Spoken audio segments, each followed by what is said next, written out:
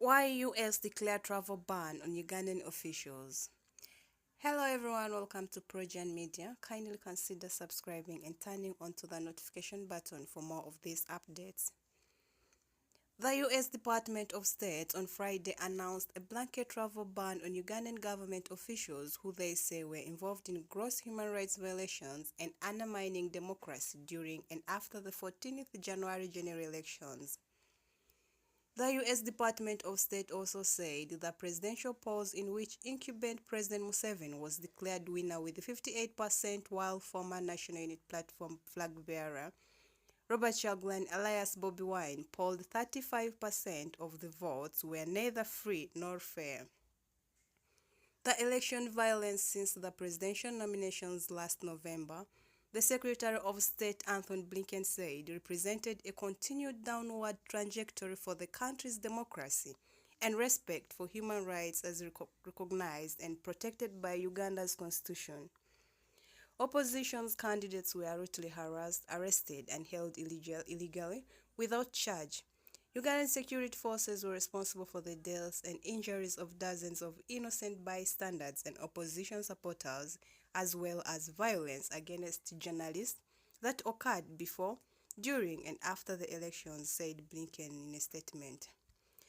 Kampala, however, through Mr. Ofono Pondo, the executive director of Media Center, the government's communication clearinghouse, has scoffed at the visa restrictions as blackmail and sulking because the people they supported in the elections did not win. Mr. Opono said Washington named the affected individuals puts their motives into question. First of all, the government has not been notified formally on the matter.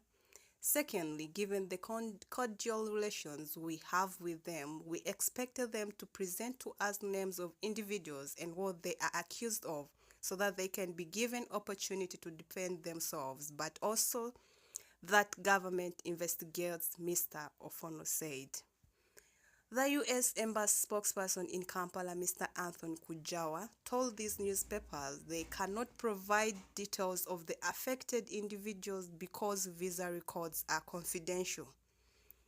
The visa ban policy, Mr. Kajwa said, covers those believed to be responsible for or complicity in undermining the democracy processes in Uganda, including through acts of violence, intimidation, and exclusion from participation in electoral processes and their immediate family members.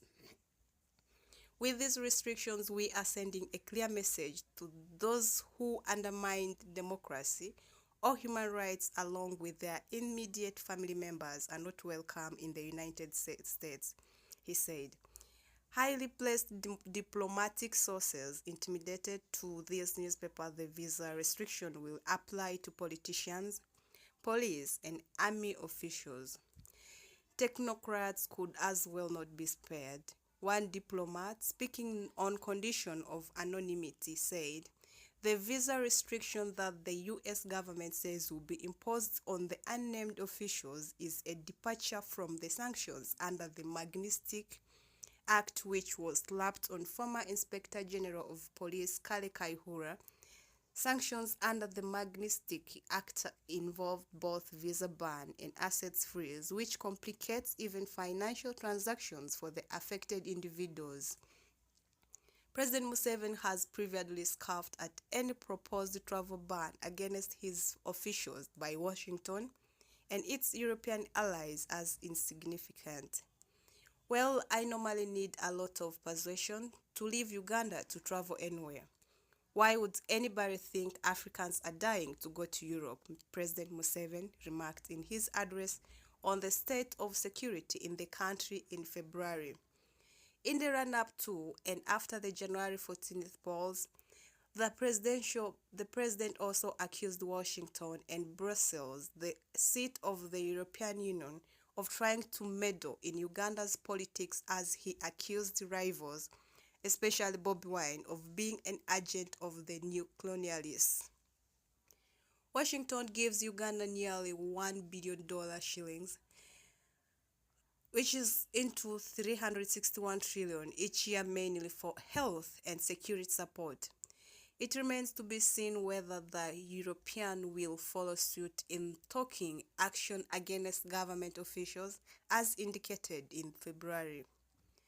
In December, the former chair of the U.S. House of Representatives Committee on Foreign Affairs, Mr. Elliot Engel, recommended several Ugandan military officials for sanctions, including the Commander of Land Forces, Lieutenant General Peter Elwelu, Major General James Birungi, then Commander of the Special Forces Command, Major General Don William Nabassa, a former Commander of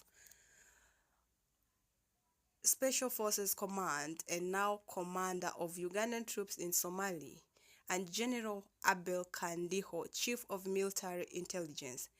Others were former Deputy Inspector General of Police Major General Sabit Muzei, Commissioner of Police Frank Mwesigwa, and the Director of Crime Intelligence, Lieutenant Colonel Chris Sergeorgi Damulira. For several years, the U.S. has raised concerns about the Ugandan government's lack of respect for civil liberties of its citizens and urged the government to conduct a credible investigations into alleged human rights abuses. However, diplomatic rhetoric alone has had little impact on President Museveni's behavior. Mr. Angel said in a letter to former Secretary of State Mike Pompeo under the Donald Trump administration. In the latest development, Mr. Blinken said the Ugandan government must significantly improve its record and hold accountable those responsible for flawed elections conduct, violence, and intimidations. The U.S. government will continue to evaluate additional actions against individuals' complicity in undermining democracy and human rights in Uganda, as well as their immediate family members, he said. Earlier on 4th March, senators on the Committee on Foreign Relations gave Mr. Blinken up to March 31st to present a detailed analysis of the U.S.-Ugandan relationship. Informed by an interagency review of whether continued partnership, the regime in Kampala poses risks to Washington's interest in the region. The senators James Risch, Republican Idaho, and Cory Booker, Democrat, indicated that despite repeated calls on the state democracy and human rights abuses in Uganda, the Washington-Kampala relationships have remained largely unchanged for years, while the State Department and Department of Defense have generally responded with platitude about Kampala regime's essential contribution to AMISOM, managing the South Sudan peace process, and the long-standing partnership on HIV/AIDS and additional regional security. Mr. Opondo, however, said Washington was merely trying to use its leverage to intimidate government. They like to say we are partners, so that in a sense we expect them to seek our side of the story before they take actions. So I'm inclined to think what they are doing is blackmail by sulking, Mr. Opondo said.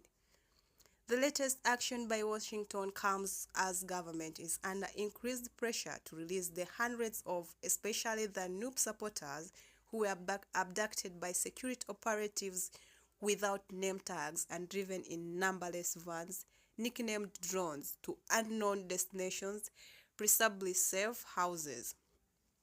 The kidnap of civilians by security started shortly after the protests in November last year, following the arrest of Bobi Wine outside Luka district in eastern Uganda for reportedly flouting COVID-19 regulations.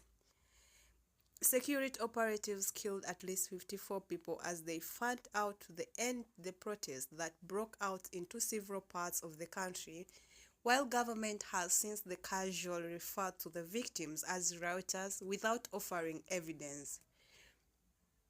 In a letter issued sent to media houses on March 7th, President Museveni revealed that his own Presidential Protection Force, the Special Forces Command, was involved in kidnap of opposition supporters and the guise of investigating possible criminal acts related to insurrection. The president further disclosed that the CFC commandos had subdued a potential election time chaos and killed scores of terrorists. That's what the president said. Well, that is it for now. Kindly consider subscribing and turning on to our notification button for more of these updates. Thanks for watching.